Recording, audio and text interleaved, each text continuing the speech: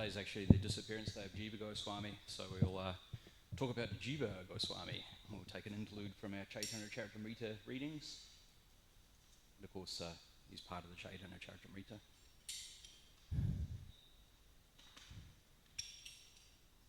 If I can get my folder to open. Come on, open. Open. Why don't you want to open? Oh, okay, it's here.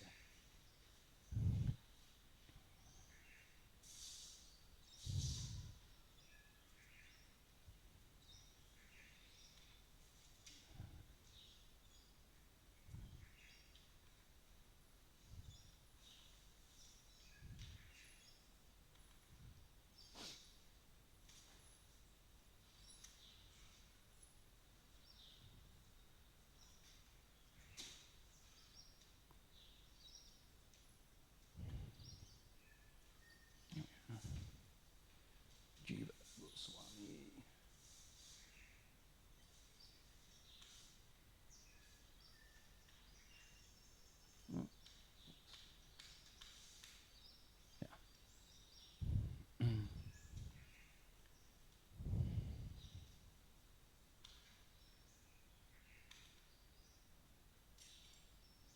Jai Radha Madhava Kunja Bihari.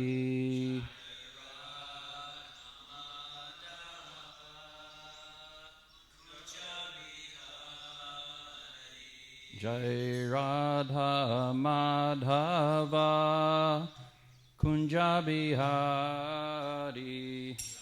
Radha Madhava Kunja Bihari. Gopi Jana Vallabha Girivardhari.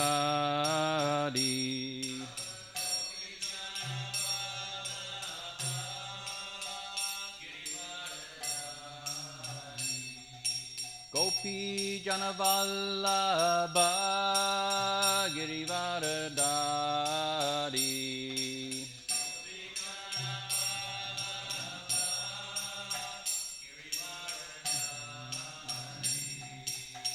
Yashoda Nandana Braja Jana Ranjana.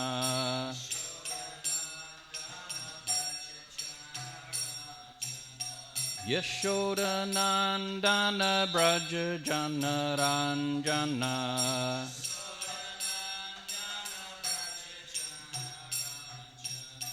Yamuna Tira Vanachari.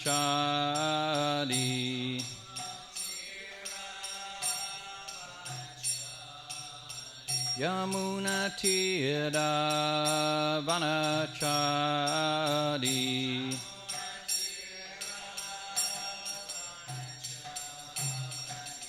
Jai Radha Madhava Kunja Bihari.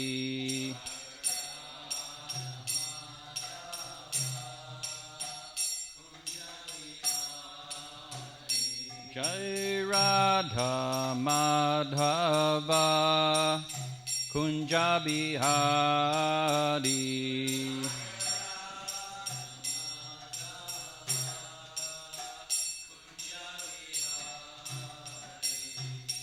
Gopi Jana Vallabha Girivardhari.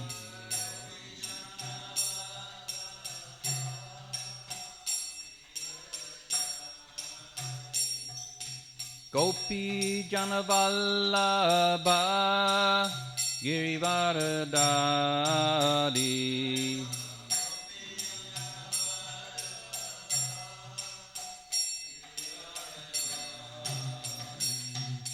Yashoda Nandana Braja Jana Ranjana.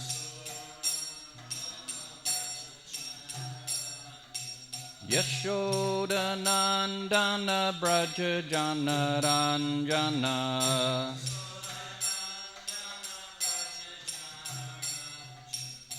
Yamuna Tira Vanachari.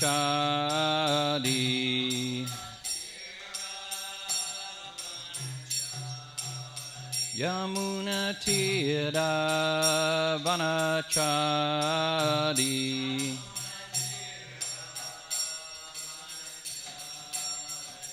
Jai Radha Madhava Kunja Bihari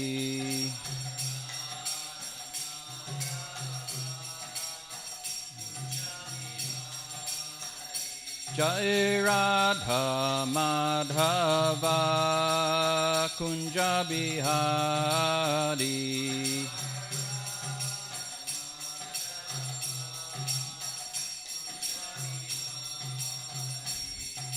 Gopi Jana Vallabha Girivardhari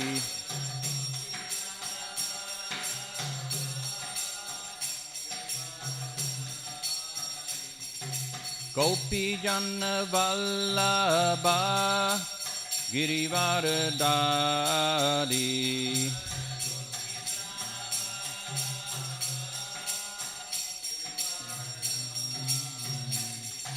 Yashodanandana Braja Jana Ranjana Yashodanandana Braja Jana Ranjana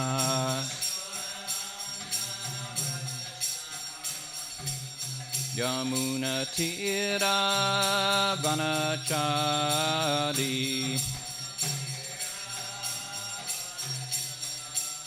Yamuna Tira Vanachari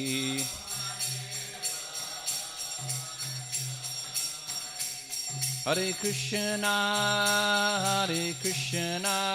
Krishna Krishna, Hare Hare, Hare Rama, Rama Rama, Hare Hare.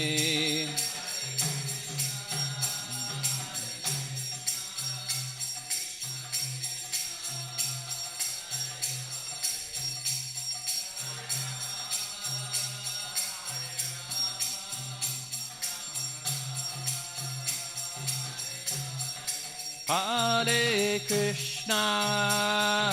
Krishna, Krishna Krishna, Hare Hare, Hare Rama, Rama Rama, Hare Hare.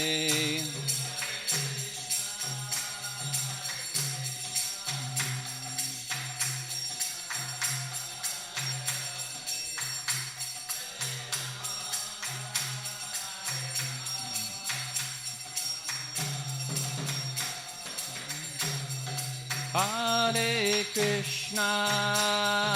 Krishna, Krishna Krishna, Hare Hare, Hare Rama, Rama Rama, Hare Hare.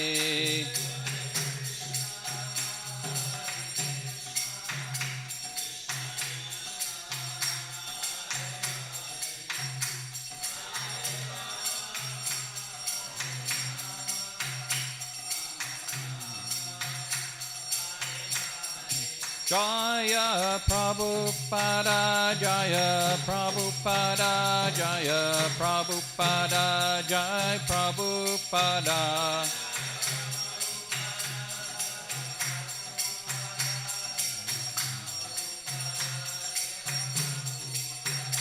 Jaya Gauranita, Jaya Gauranita, Gauranita, Jaya Gauranita.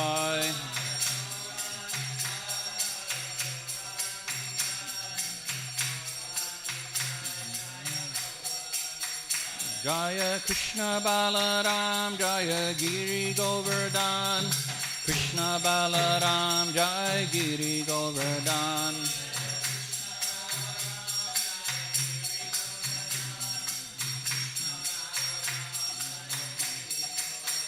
Jaya Radha Govardhandari, Radha Govardhandari Shri Radhe.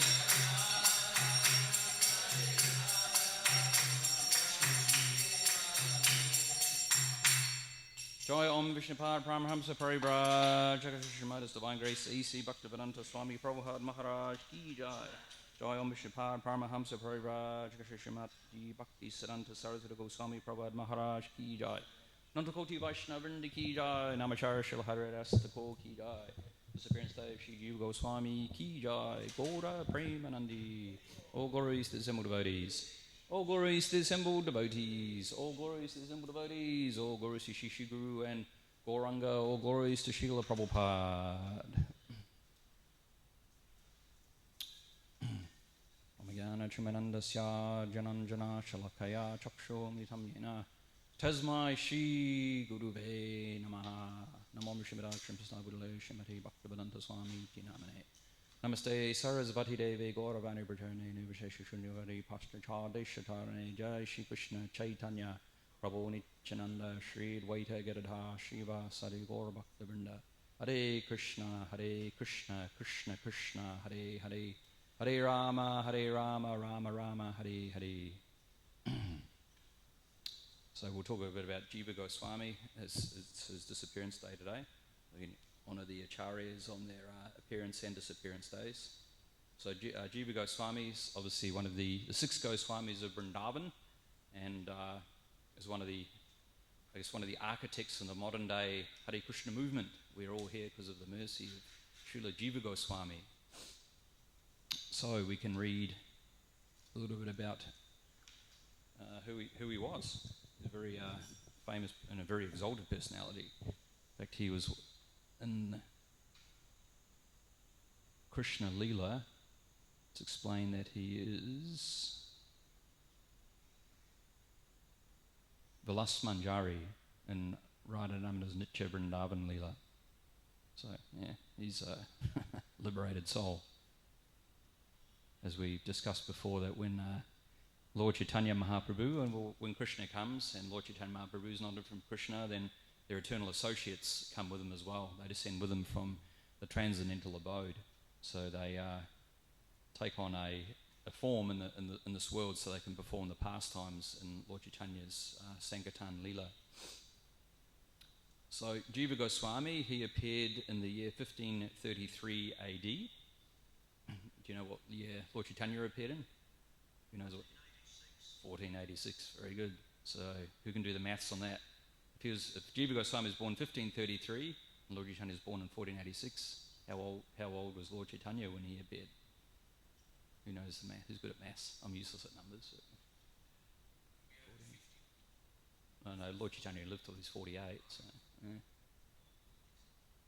Anyway, must have been near the end of his earthly pastimes, because I know that Jiva Goswami did meet Lord Chaitanya, but when he was a little baby, and he got some special mercy from Lord Chaitanya.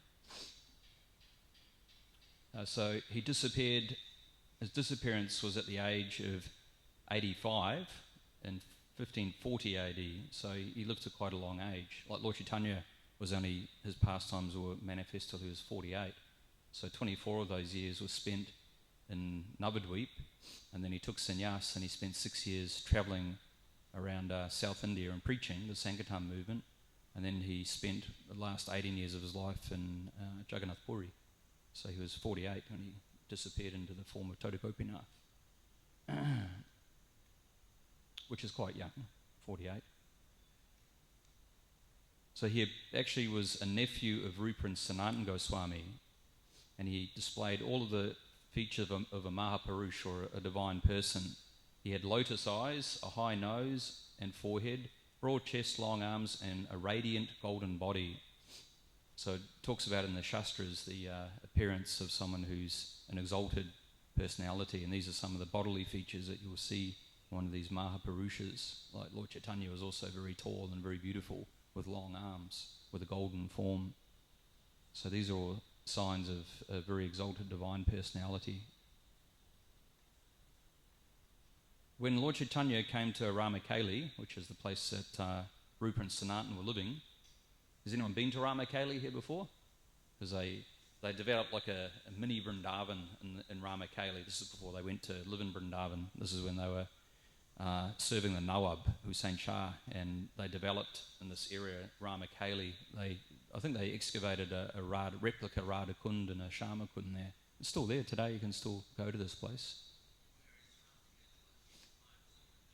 No, it's not in Mayapur Vrindavan. I'm not sure exactly geographically where it is, but it's not in the dams, no. But they created a dam just like we've created New Govardhana dam here. So these acharyas can create the dam. Like when you go to Mayapur, Bhakti Siddhanta Sarasvati Thakur at his mutt, he's created a replica Govardhana hill there, and it's considered non-different. So you can do parikrama around this hill that Bhakti Siddhanta Sarasvati created.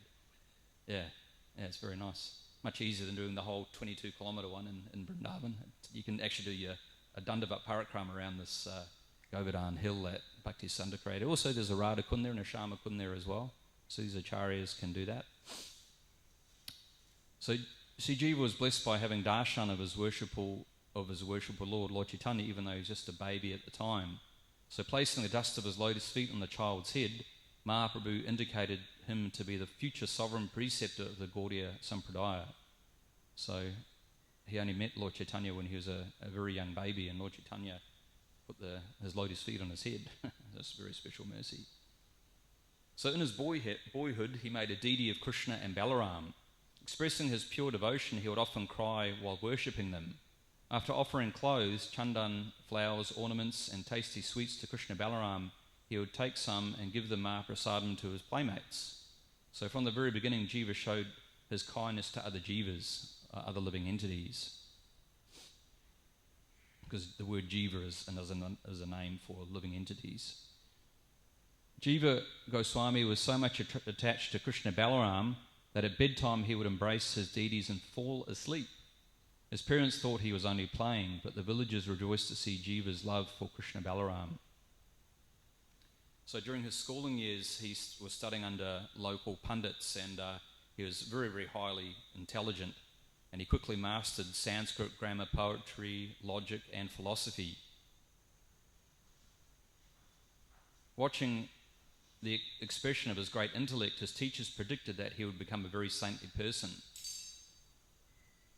Later in his life, he composed a Sanskrit grammar for the verse for the pleasure of the Lord. This composition describes the rules of grammar, which was explained with example that used the holy names of the Lord, known as Harinamamrita Vyakarana. This grammar is still current and is prescribed in the syllabus of schools in Bengal. In fact, the modern Sanskritists say that Jiva Goswami was the foremost scholar of the modern age of the Sanskrit language. So even amongst academics, he's highly revered, Jiva Goswami.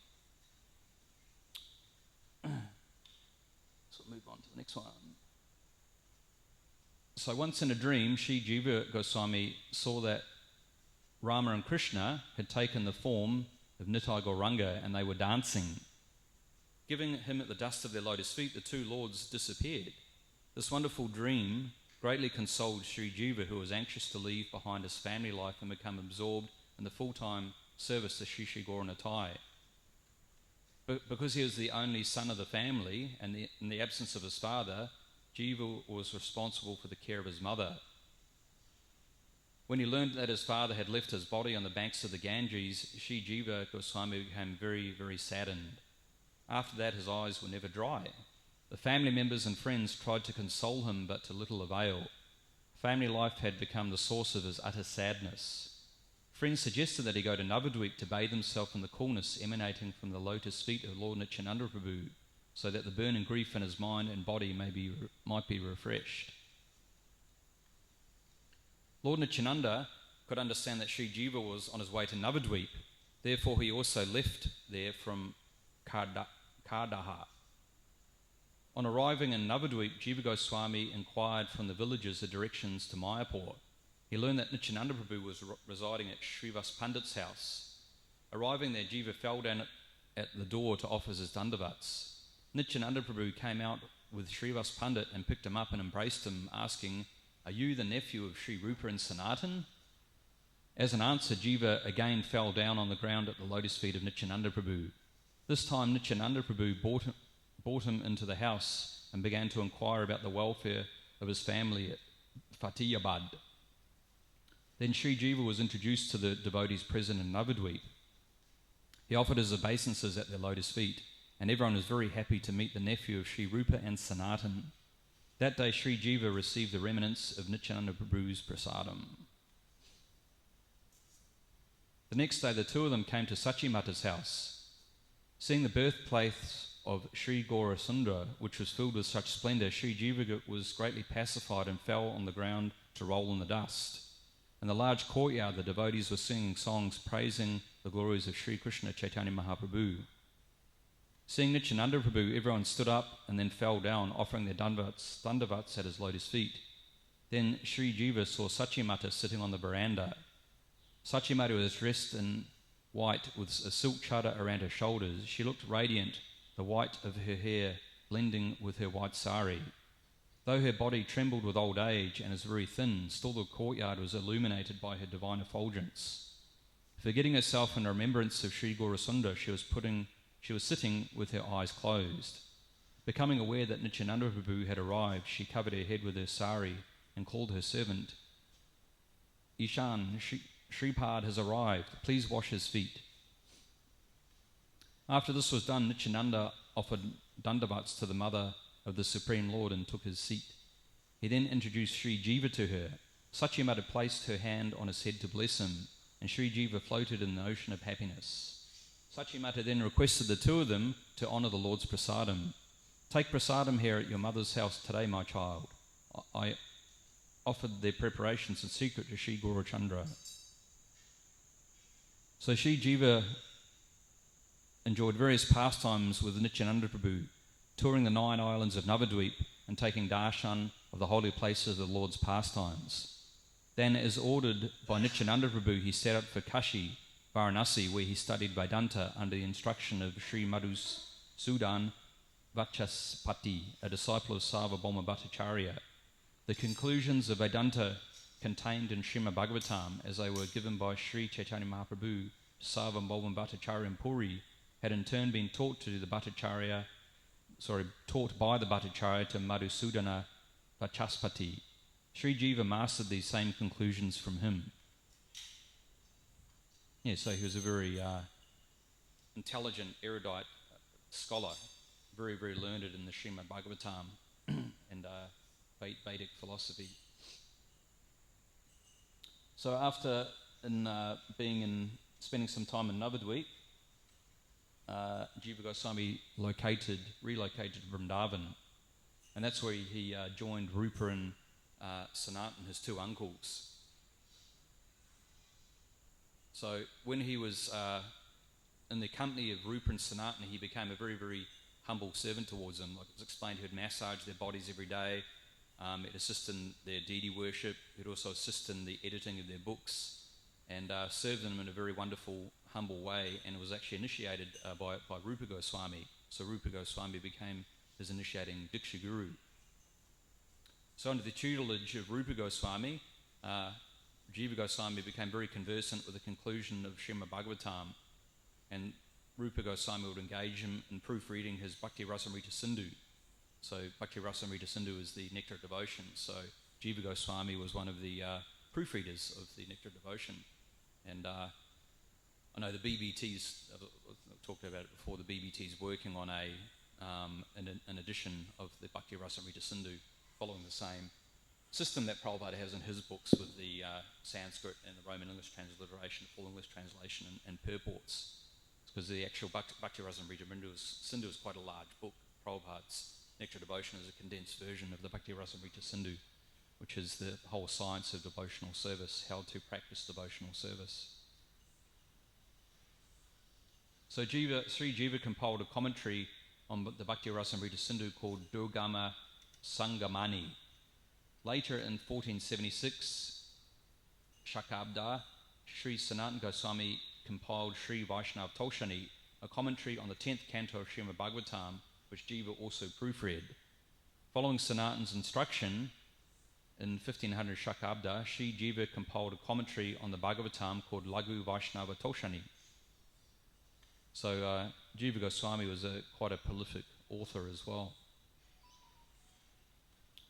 So there's one pastime when when an aging Vaishnava, whose name was Vallabhacharya, gave critical advice to Rupa Goswami on his writing, although he was much younger than Vallabhacharya, Sri Jiva brazenly spoke in defense of his guru.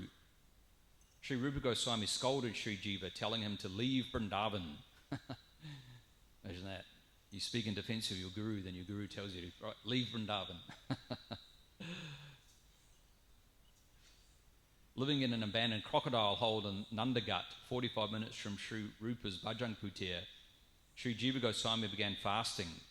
He subsisted on wheat flour, which he begged mixed with Yamuna water. Seeing his strict self-denial, Sanat Goswami brought him back to the service of Sri Rupa Goswami. So he was living in an abandoned crocodile hole in a ghat somewhere near Rupa Goswami's Bhajan Kutir. Srila Prabhupada once commented on this guru-disciple pastime. This is a quote from Prabhupada. Sri Rupa Goswami cast out Jiva Goswami to teach us, the devotees of today, a lesson. It was not done to teach or punish Sri Jiva Goswami, who was a perfectly liberated, eternal associate of Lord Krishna. Rupa Goswami sent Jiva Goswami out of Vrindavan to teach all Jivas what he wrote in Upadeshamrita, Vachobhagam Manahasa Krodavegam Jivavegam Udaprastabhagam. So who knows that verse? Vachobhagam. It's first verse in the Nectar of Instruction, Upadeshamrita. Yeah, that's right, yeah. One who can control the tongue, belly, and genitals, the urge to speak, the actions of anger, is qualified to make disciples all around the world. So at all times, a devotee should control his tongue, his speech, and always remain humble, trinadapi sunuchana. Yeah, so that's a nice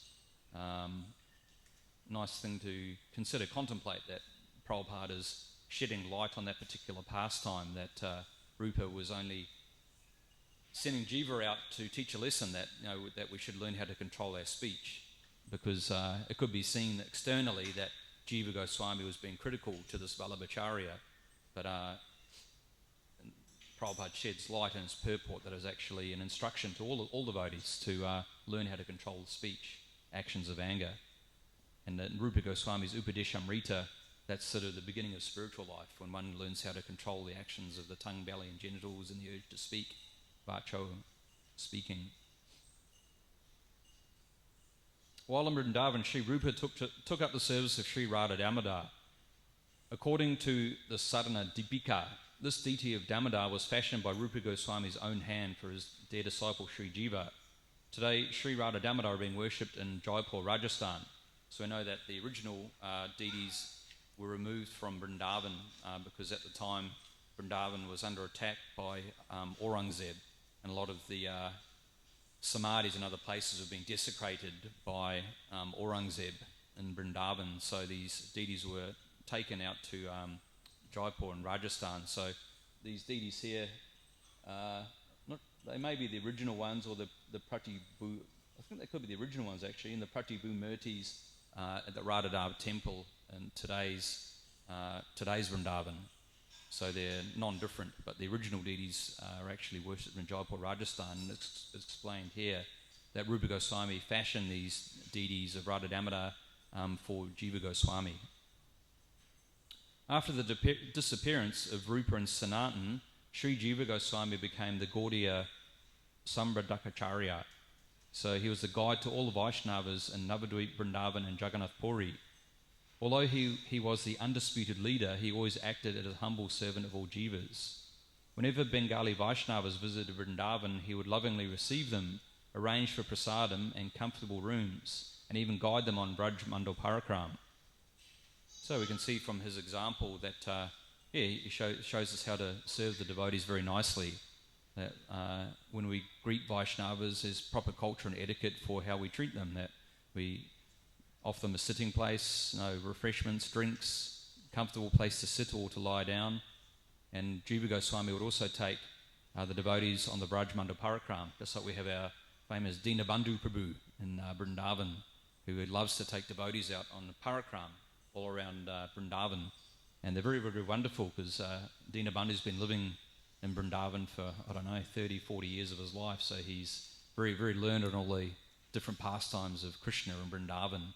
And he's very dear to the Brijbasis over there. So Dinabandhu takes on that mood of taking the devotees out on these wonderful parakrams when you visit Vrindavan.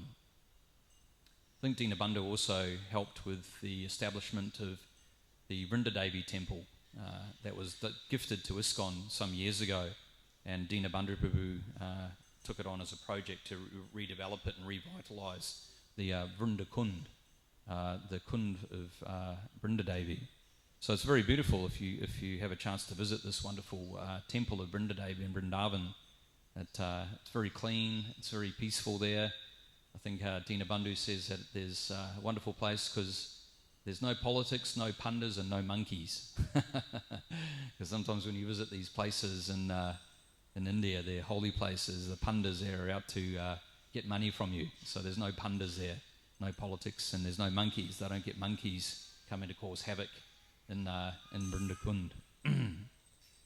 It's actually a shame. I was thinking about Vrindavan, because Vrindavan used to be 12 forests, right? It was the forests of Vrindavan. But when I was in Vrindavan, I was in a class at the Krishna Balaram Mandir, and the disciple of Prabhupada, I forget his name, but he's involved in ecology and environmental issues, and he was saying that since 1948, when, was it 48 that India got independence from the British Raj, around that time, that there's been something like 70% of the forests in India have been deforested, so that's why the monkeys run rampant in Vrindavan now, because their natural habitat's been taken away, because usually they live in the forests, but these forests have been taken away and destroyed, so now they wreak havoc in the township of Vrindavan all over the place.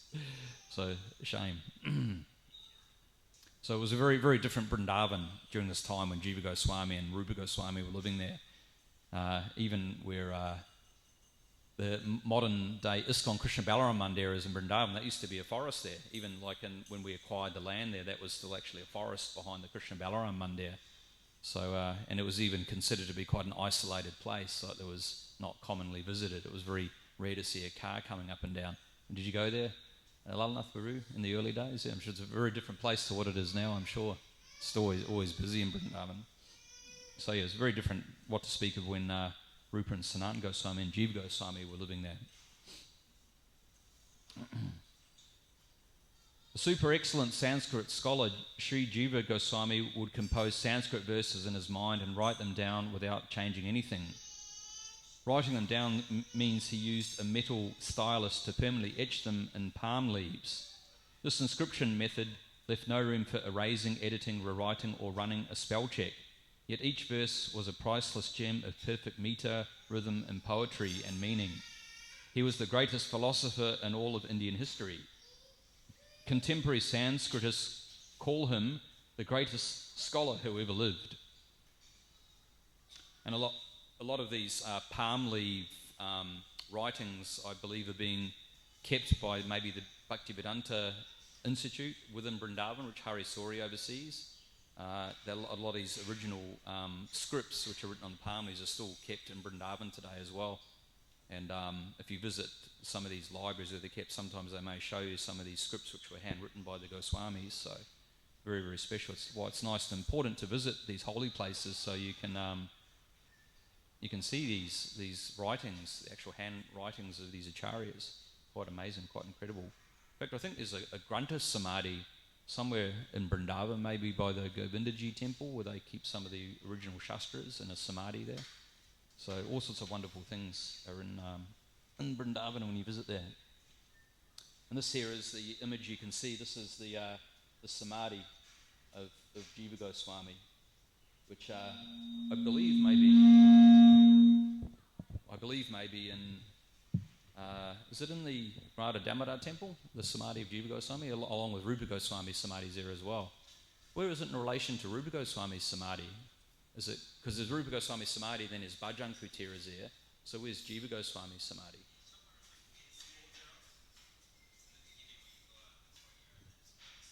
Yeah, it's out there, is it?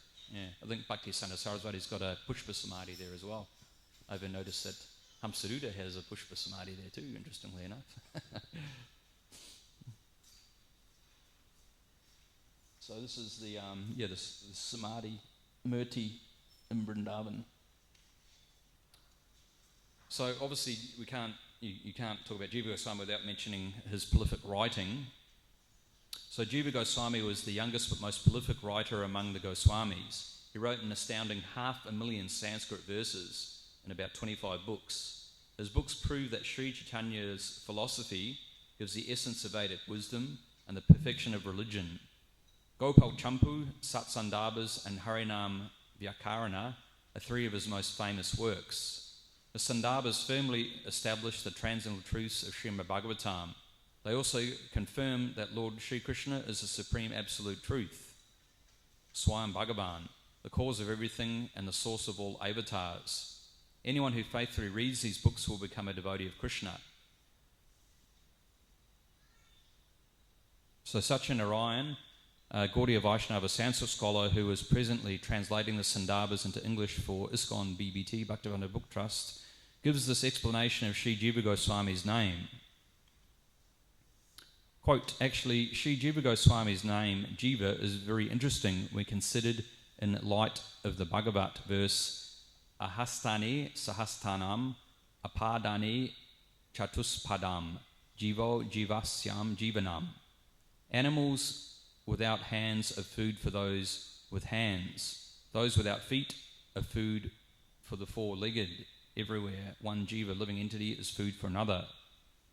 Another meaning of jiva is one who gives life to others. So the spiritual knowledge given by Jiva Goswami in his 25 books gives life to all the devotees. So that's a nice contemplation about the name Jiva Goswami, as one who gives life to the devotees through knowledge. Another name of Jiva is Jivaka, one who makes the Jivas, living beings, emit ecstatic sounds. Sri Jiva Goswami did this by supplying the esoteric meaning of the Srimad Bhagavatam through his Bhagavat commentaries and other satsandarbhas. One who expands the nature of the jiva, his relationship with the Lord, the process to achieve the goal, and the ultimate purpose of life is jivakan or jiva. So these sandarbhas, you can see there on the left-hand side the Tattva Sandarbha. So the BBT is also working on translating these sandarbhas at the moment. I think there's work maybe on the Bhakti Sandarbha at the moment. So there's 6 different sandarbhas which talk about Abhidaya, Sambandha, Abhidaya and Prayojana, the relationship, how to establish a relationship with the Lord, the process for doing that, and the result of following that process. So these sandarbhas, hopefully, all these works by the Goswamis will be revealed to us to the mercy of the devotees who are working to translate them. And this one here, the Tattva Sandarbha, that was translated by Gopi Purandana Prabhu. So he trained up a team of devotees under him who are working on these other sandarbhas at the moment. So yeah, we're very lucky and so fortunate that these books of the Goswamis are being translated into English so we can relish them and read them and deeper our understanding of Krishna consciousness. Just like Rupa Goswami's books, the Laghu Bhagavatamrita, and also was it the Brihat Bhagavatamrita by Sanatana Goswami are also available through the BBT as well. So obviously once we've become firmly established in Prabhupada's books and his writings, then we can expand into these other books by the Goswamis. And Prabhupada encouraged people to read these books as well by the Goswamis. And I'm sure if Prabhupada had stayed around with us longer, he probably would have worked on translating these books by the Goswamis. So a lot of material to read and relish and go deeper into our Krishna consciousness. So the following quote comes from Jiva Goswami's Nectarian Gopal Champu, which describes the playful Vrindavan pastimes of Radha and Damodar. So it's a nice way to wrap things up by hearing from some of the words of Jiva Goswami. This is a quote from the Gopal Champu. From Govardhana hill, a large form of Govardhana manifested. All the Vrajvasis, along with Krishna himself, then offered obeisances to that towering form. As Sri Krishna stood by with folded hands, that great personality Govardhana bellowed, "I shall eat all your offerings." He ate and drank water by emptying all the kunds around the hill. While eating all the preparations made by the Vrajvasis with his right hand, he snapped the fingers of his left hand. The cowherd men ran out of the way when Govardhana stretched out his hands to take more and called out, "Anior, Anior, Anior, bring more, bring more, bring more." So it's a nice meditation on Govardhana Leela. So another interesting point about Jiva Goswami is at the request of Janava Devi Takarini, Sri Jiva Goswami had Srinivasacharya, Narottam Das Thakur and Shyamananda Prabhu take the Goswami's writings from Vrindavan to Bengal.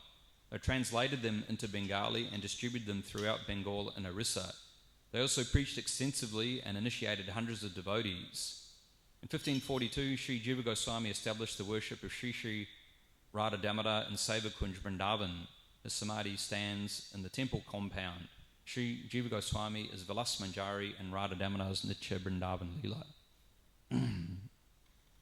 So yeah, Jiva Goswami is a very, very influential person in the modern day Gaudiya Vaishnava culture, and we all have a lot to thank Jiva Goswami for this translation work and these books that he's written.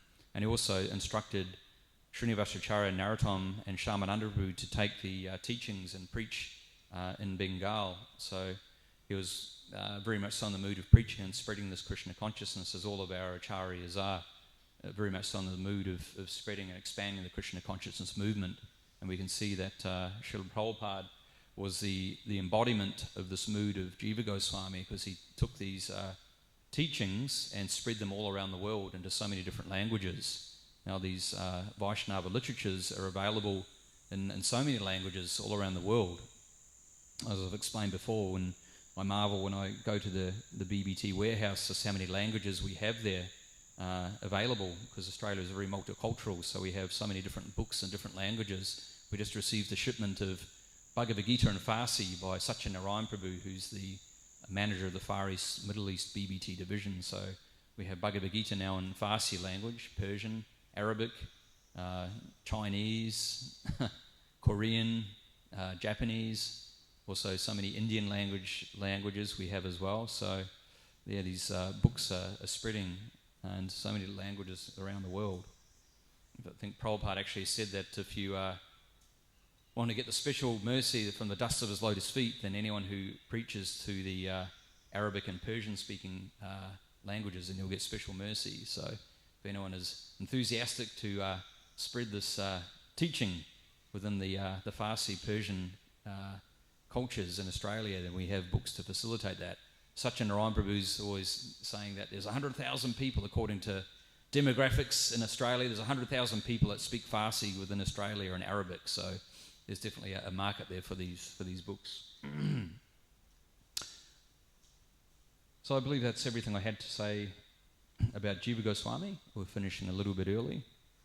There's a list there of some of the different books he's written, and maybe one day these books will be translated into English for us. Hari Namamrita Vyakarana, Sutra Malika, Rasamrita Sesha, Gopala Virudavali, Sri Madhava Mahotsava, Sri Sankalpa Kalpa Vriksha, Brahma Samhita Tika, Bhakti Rasamrita Sindhu Tika, Ujvala Nilamani Tika, Gopala Champu, which we just read from, the Sat Sandarbhas. So there's Tattva Sandarbha, Bhagavat Sandarbha, Paramatma Sandarbha, Krishna Sandarbha, Bhakti Sandarbha, and Priti Sandarbha. Srimad Bhagavatam,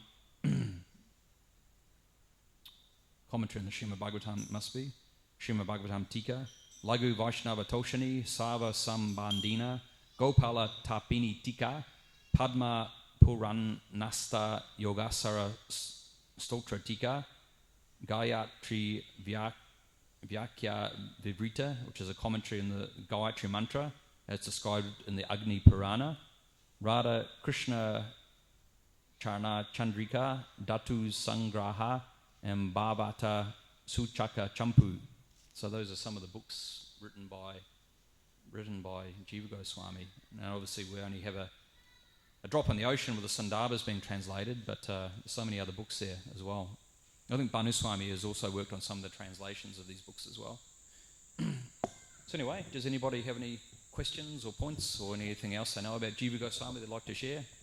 Ambarish Prabhu.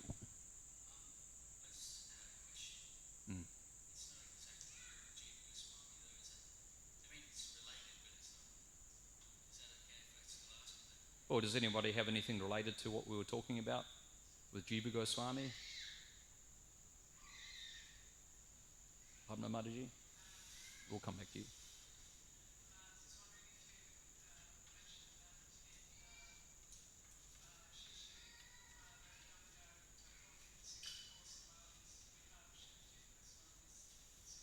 Mm. Mm. Mm. Yeah, I had a yeah.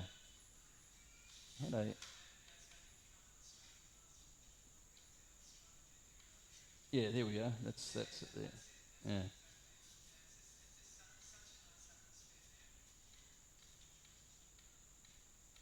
yeah. That's the samadhi there. Yeah.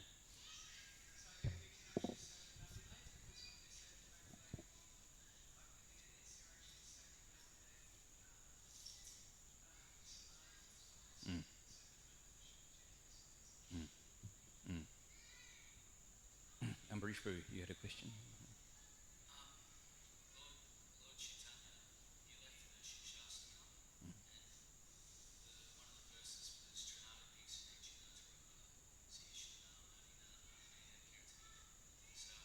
Mm. Mm.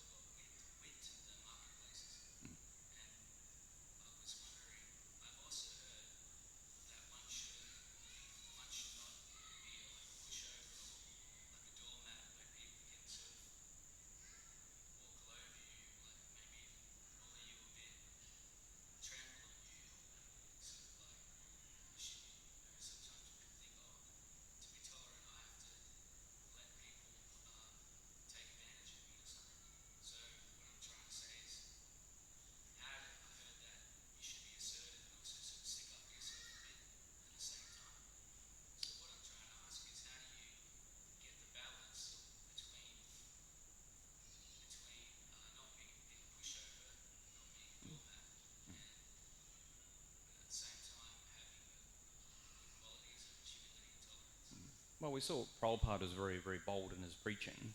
Like, he wasn't a pushover at all, was he? Like, he would, I think when Prabhupada came to came to Australia, and the media, someone in the media asked him, what did he say? Something like, why did you come to Australia for, or why are you here for? And then, what did Prabhupada say? Something about, when Prabhupada came to Australia and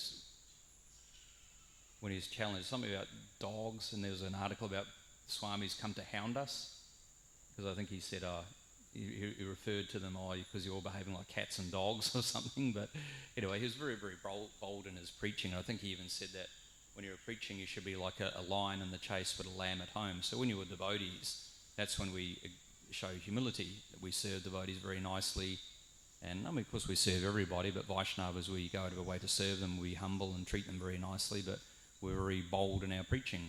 We established that Krishna is the Supreme Personality of Godhead.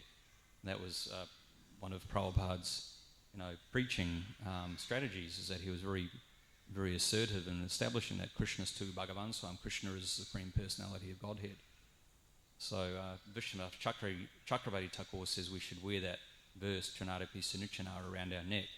So if we're practicing humility by serving the Vaishnavas, and we can chant the whole name of the Lord constantly. It says that if you chant the whole name of the Lord in a humble state of mind, you can continue chanting. So we practice humility by serving devotees, serving the Vaishnavas. Yeah, Padma. You certainly can.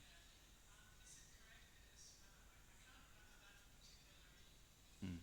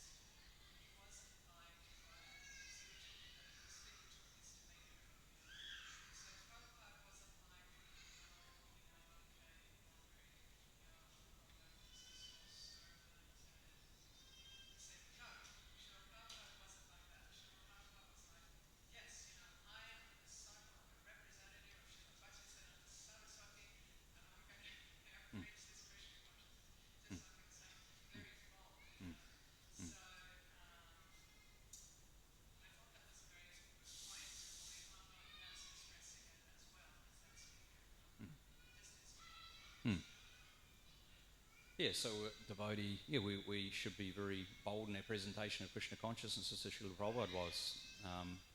Said being, you can see especially when Prabhupada was dealing with people from the media, he was very, very expert with them. Because they'd try and challenge him, then he'd counter-challenge them, and he'd always defeat them as well. He was very, very expert. So being humble doesn't mean going around tiptoeing and no, we're very bold to preach Krishna consciousness and spread Krishna consciousness. But with devotees, we have to learn how to associate very nicely with devotees. It means we serve devotees, prasadam, loving exchanges. That's how we cultivate humility, by service to the devotees. And a symptom that we're developing humility is that we can chant. Lord Caitanya says that in the Shikshastakam, that you can chant the whole Bible constantly if you're developing this humility. Does that help at all?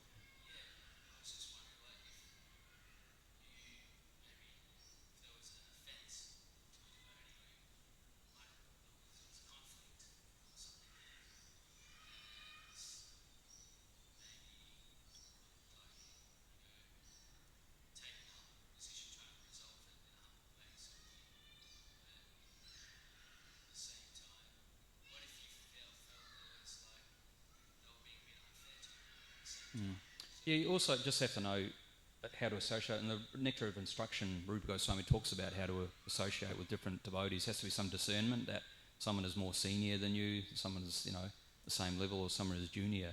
So you also have to know how to associate nicely with different types of devotees as well. And then, if you feel you've been offended, then what to do? You have to...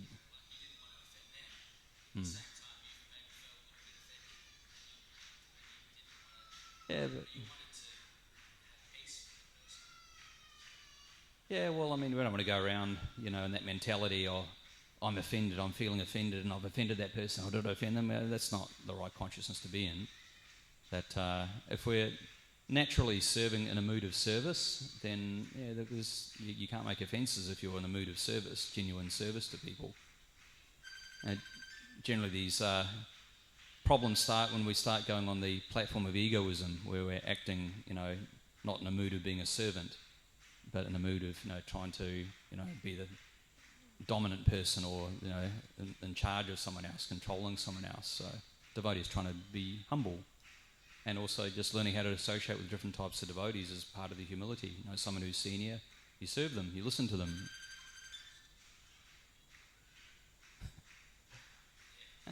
You've read Nectar of Instruction by Rupa Goswami? Yeah, that's always a nice one to go back to and reread over and over again. It's all in the books about how to associate.